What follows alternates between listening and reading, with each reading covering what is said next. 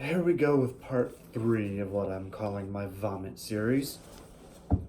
Now, this time is my letter.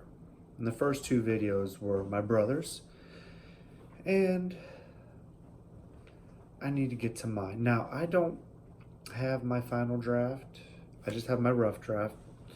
But as I mentioned before, my rough draft and final are pretty much the same, except in the editing of my letter, I made notes and I had different things, kind of like marginal references, like they did in the Bible. And so, yeah, that's what I did. Um,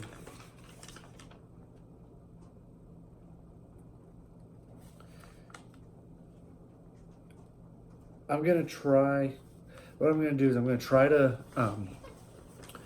read it in the order that I wanted to have finally written it, and so I've got everything labeled out. So just bear with me on this. All right. So paragraph 1.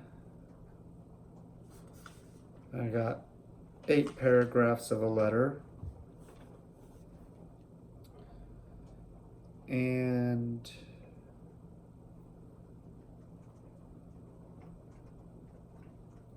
yeah, let's get started here. Dear Mom and Dad, this is a very difficult thing for me to do, but I feel it is necessary. I guess you could say that I'm following in my brother's footsteps. No, really? But where his reasons weren't religious, mine are, as well as emotional. All these years you both spent in the truth, and yes, it is the truth, and you both throw it away for what? Yes, I started to think that way too, as if I were embittered for some reason, but I'm not. And then, let's see here. Okay, now, I was also influenced by you. Looking for N. There we go. But all the while, it was in the back of my head certain undeniable truths, and from there an appreciation sprang for Jehovah, one that I hadn't ever had before. No, it's not true. Remember back then, no. I guess I was trying to puff myself up a bit when I wrote that. No, I'm not being brainwashed. Oh, God. Okay. I was trying to be more serious in my first 2 months, but I can laugh at myself. These are my letters. Yes, I was being brainwashed. I'm certainly not stupid. Y'all think I'm stupid? Okay. You, though, have made some bad choices. Dad, you are, and for as long as I remember, have been haughty. It has taken me a lot of soul searching to realize this. Mom, you're smart, and that's a downfall for you. Let's see.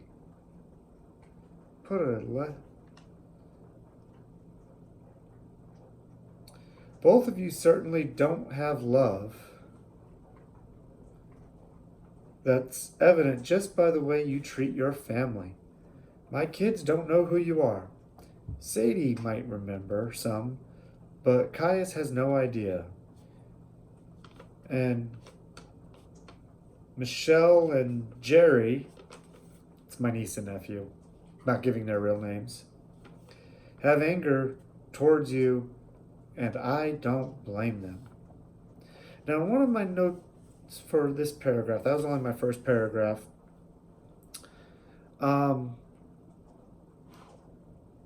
as if, I don't know what I was thinking. I wrote this letter as a witness mind.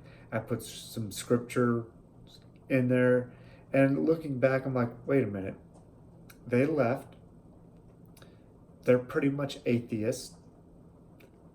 What's a scripture gonna do for an atheist? I mean, come on, let's get real here, people. Quoted a couple scriptures. And then one of my other notes, though, this was pretty true. However, I gotta realize they have lives too, other than me. I said in one of my notes, I left an open invitation for you to call, gave you good times to call, which were easy, and I never hear from you unless it has something to do with my student loans. I'll just leave that as it is. As far as my brother and I put his name, I didn't say my brother, but again, changing names. We still love you and care. Oh, whoops. Let me reverse. I have a note to switch these two paragraphs. So, on the subject of grandma, Dad, you keep saying and complaining about what she put you through, but at the same time, you should have been a man and taken care of her. But instead, you put her in a nursing home, in Stark of all places, and flee the state as fast as you can. I am ashamed of you for doing that. You mean to tell me you couldn't handle a 90-year-old frail woman? Since having woken up and spoken with my parents about this very subject, I now understand it a lot more completely. I did not at the time. So that was just me being stupid. Alright, as far as my brother and I, we still love you. But this life you've chosen isn't acceptable. You both need serious emotional and spiritual help.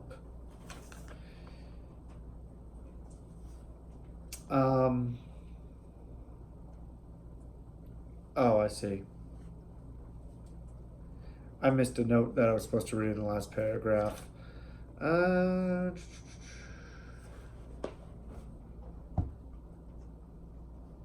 basically insult my dad a little bit more. I guess because it felt good. If you ever see this, Dad, it felt good to insult you.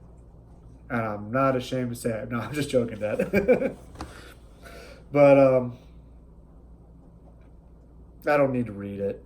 It's really not important. Let me continue on with this paragraph here. I kept it hid for a long time that you both turned apostate. But when I did start telling people, I was surprised at the reactions. While some were surprised, others seemed to not even be shocked by the news, which tells me that there was a deficiency there for a long time. And maybe there was a deficiency. Maybe there was some then, because my dad never was the follow the grain kind of guy. Neither was I.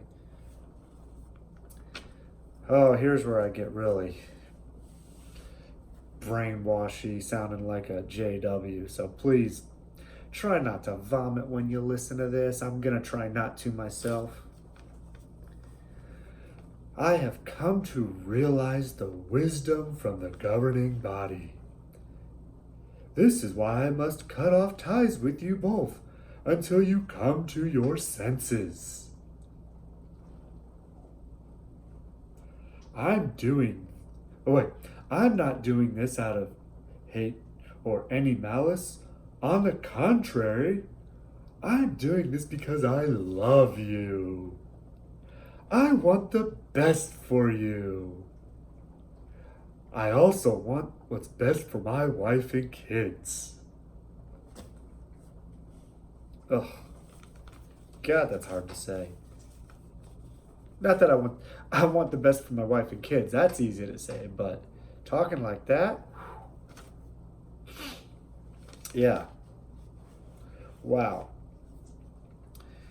This has not been an easy decision. It has been painstaking. But I don't know how else to get through to you. You have lost one son and now me. Please evaluate your lives. Pray to Jehovah. Ask for His direction and forgiveness. Really search for Him. Remember that He is not unrighteous, so as to forget the love you've shown for His name.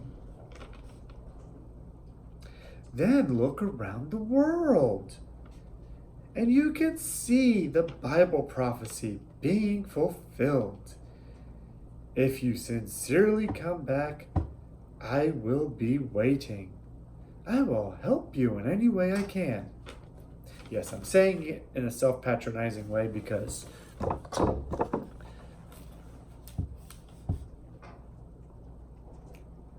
I still can't believe I did this.